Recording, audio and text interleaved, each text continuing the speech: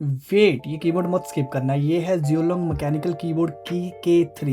Typing करते ही feel आता है नेक्स्ट लेवल सेटिस्फेक्शन का।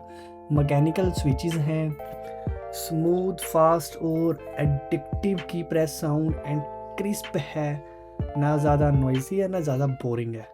So look at the design, compact body, premium feel और RGB लाइट्स, प्योर वाइब।